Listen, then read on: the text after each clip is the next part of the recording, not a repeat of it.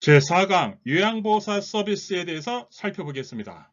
기출문제로 합격할 수 있습니다. 요양보호사 서비스의 기본은요, 공감하는 겁니다. 공감을 기본으로 하고요. 그리고 모르면 물어봐야 됩니다. 시설장 또는 관리 책임자에게 물어보면 됩니다. 그리고 의료행위를 해서는 안 됩니다. 의료행위를 해서는 안 되고요. 대신 안전하게 그리고 위생적으로 하면 됩니다. 이걸 기본으로 해서 요양보호사 서비스가 진행되는 겁니다. 다음 대화에서 요양보호사가 사용하는 의사소통 기술은 할아버지가 손자 생일 선물을 사주기로 약속했어요. 요양보호사가 손자가 아주 좋아하겠어요. 어떤 선물을 사주기를 원하세요? 1. 반박하기 2. 연상하기 3. 공감하기 4. 유머 감각 5. 정직성 공감하기인데요. 요양보호사 가장 요양보호할 때 중요한 게 공감입니다. 공감은 뭐냐면 있는 그대로를 받아서 그거를 긍정적으로 대해주는 거예요. 그게 공감이라고 이해해주면 됩니다. 자, 요양보호 서비스 제공 원칙 1. 대상자 개인의 삶을 존중한다. 2. 서비스 제공 시 알게 된 대상자 개인의 비밀을 누설을 하면 안 된다. 3. 모든 서비스는 대상자에게만 제공한다. 4. 대상자의 상태 변화 등으로 서비스를 추가, 변경하거나 의료적 진단 등이 필요하면 시설장이나 관리 책임자에게 보고한다. 5. 의료행위를 하지 않는다. 의료행위는 기본적으로 이렇게 생각하면 됩니다. 자, 신체와 정서, 그 다음에 뭐 일반 활동, 뭐 이런 거를 뺀 나머지들은 그냥 다 의료행위다. 이렇게 생각하는 게 가장 편합니다. 그냥. 그래서 맥박, 호흡, 체온. 그래서 앞에 설명했던 요양보호사 서비스를 뺀 나머지는 다 의료행위다. 이렇게 생각하는 게 그냥 편합니다. 왜냐하면 시험 다 그렇게 나오니까요. 그래서 맥박, 호흡, 체온, 흡인, 비위관 삽입, 투약은 약이거든요. 이런 것들은 다 의료행위입니다. 요양보호사의 윤리 강령. 대상자를 차별 대우하지 않는다. 대상자의 자기결정을 최대한 존중한다. 요양보호사는 지시에 따라 업무와 보조를 성실히 수행하고 업무의 경과와 결과를 시설장 또는 관리 책임자에게 보고한다. 4. 효율적 업무를 수행하기 위해 지속적으로 지식과 기술을 습득한다. 이게 중요합니다. 5. 업무상 알게 된 개인정보를 비밀로 유지한다. 6. 업무와 관련하여 대상자의 가족, 간호사, 사회복지사 등과 협력한다. 7. 대상자로부터 서비스에 대한 물질적 보상을 받지 않는다. 요양보호사 윤리강령으로 옳은 것은 1. 요양보호사의 종교를 강요한다. 2. 대상자로 성별 및 연령에 따라 차별 대우한다. 3. 업무상 알게 된 개인정보는 외부에 알린다. 4. 대상자의 자기결정을 최대한 존중한다. 5. 시설장이나 간호사의 지시에 따를 필요가 없다. 요양보호사 윤리강령으로 옳은 것은 4번이죠. 대상자의 자기결정을 최대한 존중하는 거죠. 요양보호사의 종교를 강요하는 거 안 되고요. 차별 대우하면 안 됩니다. 그리고 개인정보를 외부에 알려서도 안 되고요. 시설장이나 간호사의 지시에 따라야 됩니다. 시설 노인을 위한 윤리 강령. 1. 안락하고 안전한 생활 환경을 제공받을 권리. 이것은 집에서 침대 생활했으면 시설에서도 침대 생활해야 된다는 얘기고요. 사생활과 비밀 보장에 관한 권리, 시설 방문하여 자기들 마음대로 사진을 찍거나 불쑥불쑥 들어와 구경하고 나가는 것을 보면 불쾌하다. 이게 뭐다? 사생활과 비밀 보장에 대한 권리입니다. 존엄한 존재는 꼬집거나 발로 차기도 하고 동료 노인의 따귀를 때린다. 자, 폭력으로부터 자유예요. 그 다음에 질 높은 서비스가 중요하죠. 요양보호사 서비스는요. 질 높은 서비스를 제공해줘야 되는 거예요. 그래서 질 높은 서비스는 뭐냐면 개별화된 식단, 제가에서처럼 1:1 서비스 그런 것처럼 개별화된 서비스를 해주는 게 질 높은 서비스입니다. 그리고 파마를 하는데 안 좋은 약을 써서 머리가 상해. 자, 이런 것도 자, 파마를 하는데도 서비스를 자, 좋은 거를 써줘야 된다는 얘기예요. 다음 사례에 해당하는 시설 노인을 위한 윤리 강령의 원칙은 이씨 할머니는 머리를 만지면서 아무리 나이를 먹었고 시설에서 남의 도움을 받아 생활하지만 나에게 묻지도 않고 머리를 이렇게 짧게 깎았어 라고 화를 내신다. 봉사자는 시설장이 날씨가 더워 어르신을 머리 짧게 자르라고 해서 자르긴 했지만 마음이 아프다고 하였다. 1. 존엄한 존재로 대우받을 권리. 2. 질 높은 서비스를 받을 권리. 3. 가정과 같은 환경에서 생활할 권리. 4. 신체적 제한을 받지 않을 권리. 5. 정보 접근과 자기 결정권 행사의 권리. 이건 질 높은 서비스죠? 다음 사례에서 요양시설이 입소 어르신에게 위반한 시설생활노인 권리 보호를 위한 윤리 강령은 김씨 할머니는 외부에서 시설 방문을 왔다면서 자기들 마음대로 방에 불쑥불쑥 들어와 사진을 찍거나 구경하고 나가는 것을 보면 매우 불쾌하다고 말씀하시곤 한다. 1. 통신의 자유에 대한 권리. 2. 종교적 신념의 자유에 대한 권리. 3. 사생활 및 비밀 보장에 대한 권리. 4. 신체적 제한을 받지 않을 권리. 5. 가정과 같은 환경에서 생활할 권리. 이게 뭐죠? 사진 찍고 불쑥불쑥 들어오는 거. 이게 사생활 및 비밀 보장에 대한 권리죠. 이게 사생활 및 비밀 보장에 대한 권리입니다. 다음 설명에서 시설생활 노인에게 보장되는 권리로 옳은 것은 자립생활 능력 향상을 위한 프로그램을 제공한다. 상담을 통한 개별화된 서비스를 제공한다. 예, 질 높은 서비스를 받을 권리. 2. 신체적 제한을 받지 않을 권리. 3. 안락하고 안전한 생활 환경을 제공받을 권리. 4. 존엄한 존재로 대우받을 권리. 5. 사생활과 비밀 보장의 권리. 개별화된 서비스니까 이거는 질 높은 서비스겠죠. 질 높은 서비스입니다. 사생활 및 비밀 보장의 권리 이것도 중요하고요. 허락도 없이 방에 불쑥불쑥 들어와서 사진 찍는 거. 이게 사생활 및 비밀 보장의 권리를 침해하는 겁니다. 요양보호사의 역할. 자, 요양보호사가 서비스할 때 어떻게 역할을 해야 될까요? 숙련된 수발자. 이거는 신체죠. 신체에 대한 서비스. 숙련된 수발자입니다. 정보 전달자. 정서죠. 그러니까 정보 전달자는 정서라기보다 이거는 이제 신체라든가 이렇게 일상적으로 관련된 것에 대한 정보를 전달해 주는 거예요. 누구한테? 가족, 관리 책임자, 뭐 간호사, 그리고 관찰자는 관찰하는 거고요. 말법과 상담자, 이게 정서죠. 동기유발자는 정서보다 더 추가죠. 정서에 추가적으로 어떻게 돼요? 감동을 받아서 스스로 뭔가 할 수 있게 해주는 게 동기유발자입니다. 옹호자는, 자, 요양보호 대상자 노인에게 공감해주고 옹호해주는 거예요. 그게 편들어주는 거예요. 그래서 요양보호사 역할 중요한 건 뭐예요? 숙련된 수발자, 그 다음에 말법과 상담자, 동기유발자, 이게 중요합니다. 나머지도 뭐 시험은 나왔어요. 정확하고 부드러운 요양보호 기술로 신체활동 지원 서비스를 수행하는 것은 요양보호사의 어느 역할인가? 1. 정보 전달자 역할. 2. 관찰자 역할. 3. 숙련된 조력자 역할. 4. 의사소통 대상자 역할. 5. 동기유발 지지자. 숙련된 조력자 역할이죠. 의사소통은 정서고요. 동기유발은 정서 플러스 스스로 뭔가 할 수 있게 해주는 거. 대상자의 신체적, 심리적인 정보를 가족, 시설장 등에게 전달하며 필요시 이들의 지시사항을 대상자와 가족에게 전달하는 요양보호사의 역할은 1. 정보 전달자. 2. 관찰자. 3. 숙련된 수발자. 4. 말법과 상담자. 5. 동기유발자. 크게 보면 신체와 정서 이 두 가지로 나누라고 했어요. 근데 자 여기에서는 뭐예요? 정보를 전달해 주는 거죠. 그러면 정보 전달자죠. 그리고 숙련된 수발자는 신체에 대해서 얘기하는 거고 관찰자는 관찰해 주는 거고 말법 상담자는 이게 정서죠.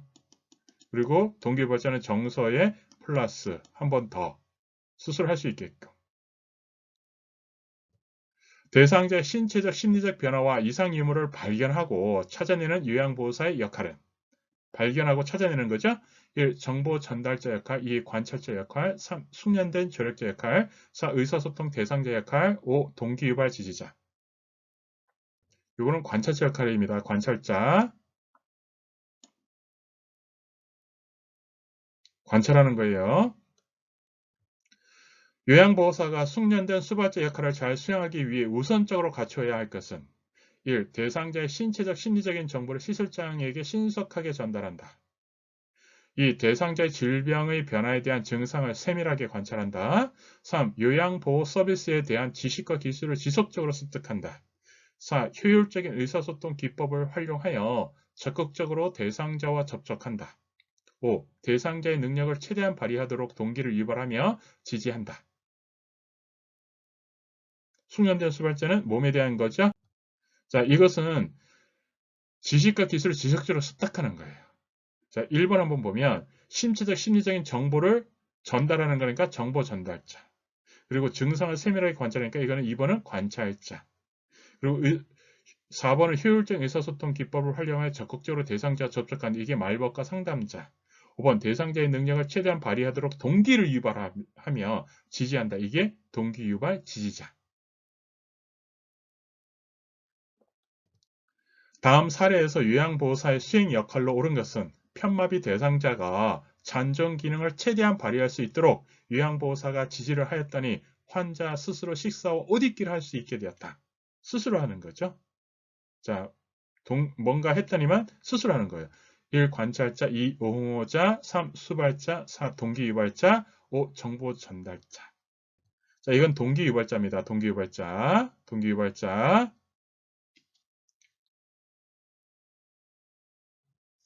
크게 보면 신체와 정서로 나눈 거고요. 항상 두 가지로 대조관계로 해가지고 두 가지로 정리하면 됩니다. 그리고 기본, 추가, 기본, 추가 이렇게. 요양보호사의 대처. 자, 요양보호사가 요양보호 서비스를 제공할 때 어떻게 대처할 것이냐. 자, 공감이 기본이고요. 의료적 행위를 하면 안 되는데 대신 안전하게.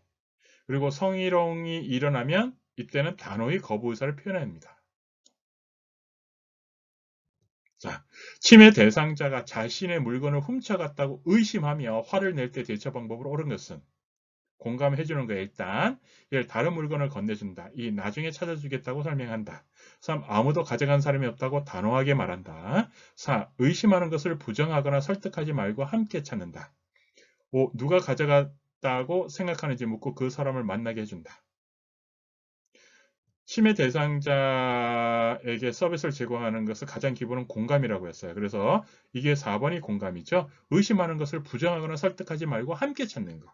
이게 공감이에요. 기본은 공감이에요. 요양보호사 서비스의 기본은 공감입니다. 침해 대상자가 저녁에 갑자기 흥분하여 주위 사람들을 위협할 때 대처 방법으로 옳은 것은 1. 안전을 위해 행동을 제지한다. 2. 중단하라고 큰 소리로 지지한다. 3. 흥분한 이유를 구체적으로 묻는다. 4. 자극하지 말고 조용한 장소에서 쉬게 한다. 5. 공격적인 행동이 사라질 때까지 조명을 끈다. 자극하지 말고가 공감이죠. 일단 이분이 이제 조용한 장소에서 쉬게 하면 이게 풀어집니다. 자극하지 말고가 중요한 거예요. 공감하는 거예요. 공감. 그리고 긍정적으로 제가 대상자가 혈압이 높은데도 목욕을 하겠다고 하는 경우에 알맞은 대처 방법은 무엇인가? 1. 증상이 없으면 목욕을 해도 된다. 2. 혈압이 높을 때 목욕을 하면 위험함을 알린다. 3. 혈압약을 복용시킨 후 목욕을 시킨다. 4. 맥박을 확인 후 스스로 목욕을 하도록 안내한다. 5. 오늘은 목욕이 없다라고 설명하고 목욕을 시키지 않는다. 혈압도 질환입니다. 그래서 혈압이 높을 때 목욕하면 위험함을 알리는 겁니다. 자, 그래서 혈압이 높은데도 대상자와 가족이 목욕을 희망하면 혈압이 높을 땐 기본적으로 목욕하지 않는 것이 좋다는 것을 대상자와 가족에게 설명합니다.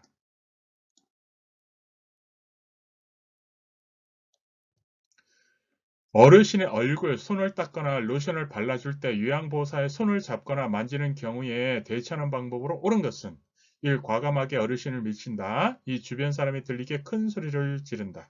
3. 가만히 지켜본다. 4. 거부 의사를 확실히 표시하고 시정을 요구한다. 5. 신속하게 바르고 나온다.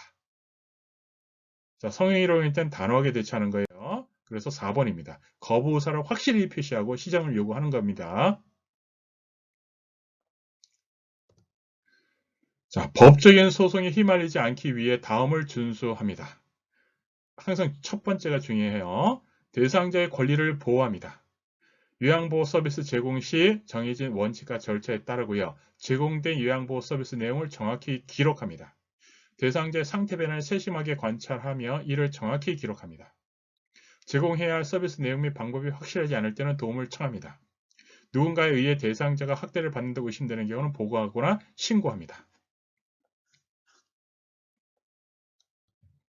법적 소송에 휘말리지 않기 위해 준수해야 할 사항으로 옳은 것은 1. 제공해야 할 서비스 내용과 방법이 확실하지 않을 때는 시행하지 않는다. 2. 요양보호사의 판단에 따라 서비스를 제공한다.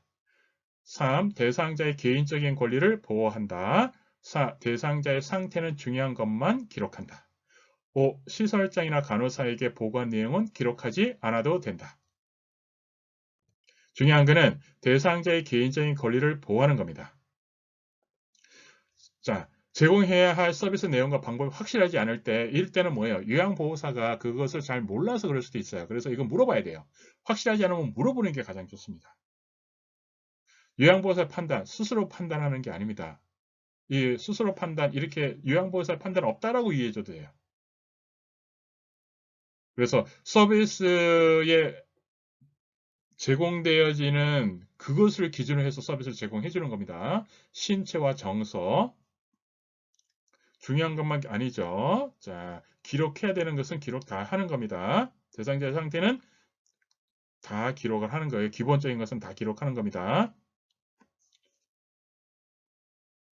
보고한 내용도 다 기록을 하는 겁니다. 요양보호사의 건강 및 안전관리. 이번에는 요양보호사인데 요양보호사의 건강 그리고 안전, 요양보호사입니다. 요양보호사의 건강에 대해서 살펴보겠습니다. 그러면 물건을 옮길 때 요양보호사도 뭐예요? 안전하게 옮겨야 되겠죠. 몸에 무리가 가지 않도록. 그래서 허리를 펴고 무릎을 굽혀 몸의 무게중심을 낮추고 지지면을 넓힌다. 이게 요것이요.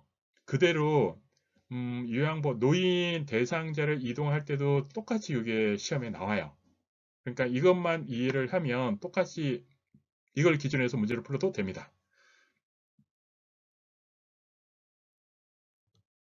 요양보호사의 올바른 신체 선열 방법으로 옳은 것은 1. 체중을 앞발에 싣는다. 2. 양 무릎을 붙이고 곧게 편다. 3. 오른쪽 다리에만 체중을 싣는다. 4. 큰 근육은 가급적 사용하지 않는다. 5. 기저면을 넓히고 무게중심을 낮춘다. 자, 요통을 예방해서 물건을 이동하는 방법 해가지고 여기서 나오거든요. 자, 그러면 신체 선열인데 이때는 이제 요거하고 조금 달라요. 물건을 요거는 이동하는 거고 신체 선열은 대상자 이동하는 거예요. 자, 대상자. 그래서 양 곧게 피는 거 아니죠. 그리고 무릎을 붙이는 것도 아니고요. 약간 무릎을 벌리는 거죠. 그리고 무릎은 굽혀지는 거예요. 그리고 오른쪽 아니죠. 양다리에 체중을 싣는 거고요. 큰 근육을 사용해야 되는 거고요. 그리고 기저면을 넓히고 무게중심을 낮추는 거예요. 이거 신체 선열도 그냥 이걸로 가장 설명을 같이 하는 겁니다.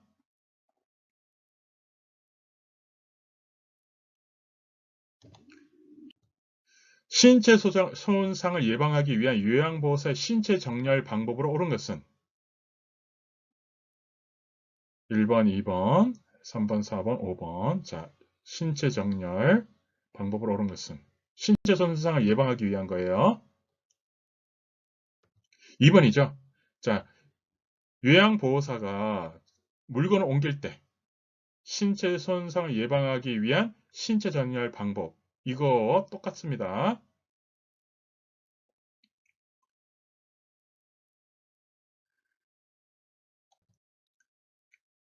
요양보호사의 흔한 감염성 질환 예방. 이것도 두 가지가 중요한데요. 결핵과 옴입니다. 결핵. 자, 2, 3주 이상의 기침, 발열, 체중 감소, 수면 중 식은땀 등의 증상이 나타날 경우 가까운 의료기관에서 반드시 엑스레이, 결핵 검사를 받는다. 결핵. 옴. 옴은 옴벌레에 의해서 옮겨지고요. 결핵은 결핵균에 의해서 옮겨지는 겁니다. 그래서 질병은요, 노환에 의해서 또는 바이러스, 외부 감염에 의해서 발생하는 거예요. 옴은 외부 감염이죠. 옴벌레에 의해서. 그래서 옴에 걸리면 대상자는 물론 같이 사는 가족이나 동거인, 요양보호사 등 대상자와 접촉을 한 사람은 증상 유무와 상관없이 함께 동시에 치료하면 됩니다. 대상자의 질환 중 요양보호사가 직업성 감염에 걸리지 않도록 주의해야 하는 것은 1. 천식 2. 관절염 3. 폐결핵 4. 알레르기성 비염 5. 갑상선 기능 저하증. 여기서 결핵이죠. 결핵, 폐결핵, 결핵. 그리고 옴. 이 두 가지 결핵과 옴이 중요합니다. 나머지 5개, 뭐 독감, 노로바이러스, 머리니 이것은 그냥 참고해서 보면 됩니다. 결핵 감염 대상자와 접촉한 요양보호사의 사후 감염 예방 조치를 옳은 것은 일주일 이후 간 기능 검사를 한다. 2주에서 1개월 이후 반드시 엑스레이 검진을 한다. 3. 2주일 이후 인플루엔자 예방 접종을 한다. 4. 즉시 결핵 약제를 복용한다. 5. 2주일 동안 대상자와의 접촉을 피한다. 2주에서 1개월 이후 반드시 엑스레이 검진을 하는 거예요.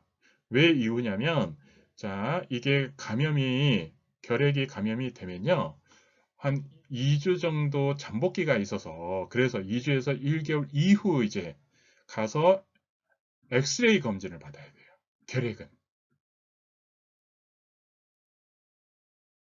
코로나 바이러스가 2주간 이제 자가격리를 하잖아요. 증상이 없어도 외부에서 왔을 때. 그거 마찬가지로 이해해 주면 됩니다. 결핵도.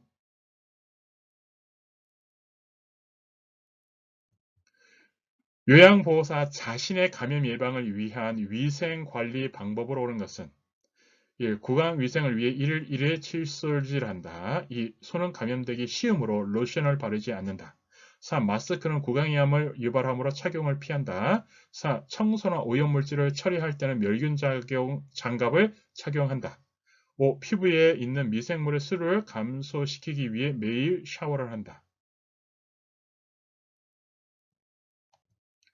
자, 여기에서 칫솔질은 뭐예요? 뭐 밥 먹고 했을 때 그냥 칫솔질 하면 되죠. 그 다음에 로션, 자, 손은 감염되기 쉬우므로, 자, 손 씻기를 자주 해주고, 로션을 필요할 때 로션을 발라주는 거예요. 마스크는 필요할 때 착용해주는 거고요. 여기, 자, 한번, 그 다음에 그냥 장갑을 착용하면 됩니다. 멸균, 솜, 이런 것이 이제 뭐, 필요할 때 멸균 솜은 이제 안약이라든가 이런 거 할 때 이제 쓰는 거고요. 멸균 솜, 멸균은 이럴 때. 자, 청기를 위해 매일 샤워나 목욕을 합니다. 그 다음에 자주 칫솔질하여 치아의 건강 유지하고요. 손을 자주 씻고요. 가운이나 신발을 깨끗하게 유지합니다. 분비물에 오염된 물품은 정해진 곳에 버립니다. 일회용 보호장구는 재사용하지 말고 버립니다. 그리고 개방된 상처가 있거나 출혈이 있는 경우 멸균꺼를 이용하여 상처를 덮어줍니다. 그래서 멸균은 요럴 때 쓰는 거죠. 멸균은 멸균섬, 멸균거즈 이렇게. 그래서 청소나 그냥 오염물질을 처리할 때는 그냥 장갑, 일용 장갑 이런 걸 착용해주면 됩니다.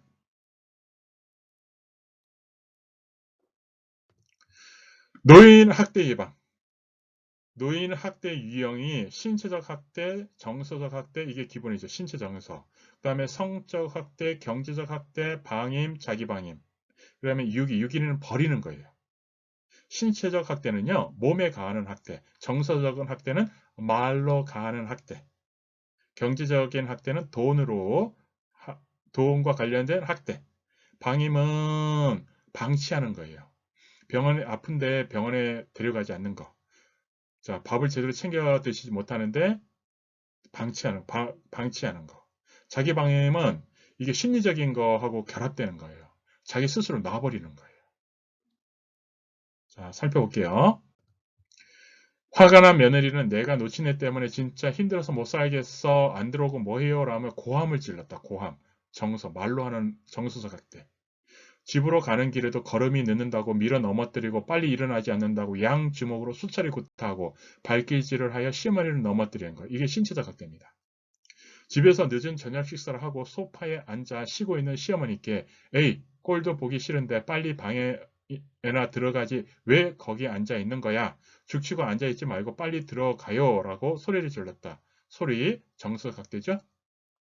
다음날 타박상과 갑작스러운 감기 증세로 시어머니가 몸져 누워 있었지만 며느리는 아픈 시어머니를 병원에 데려갈 생각은 않고 하루 종일 방 안에 방치하였다. 방임이죠.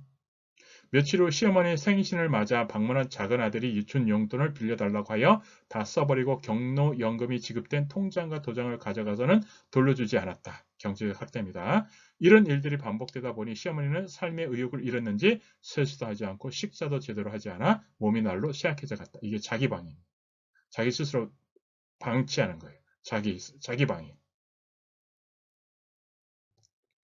다음에서 설명하는 노인 학대 유형으로 옳은 것은 가정집에서 어르신이 화장실에서 낙상 후 고관절 통증을 호소하는데 아들이 병원에 모시고 가지도 않고 며칠 동안 아무런 조치를 하지 않았다.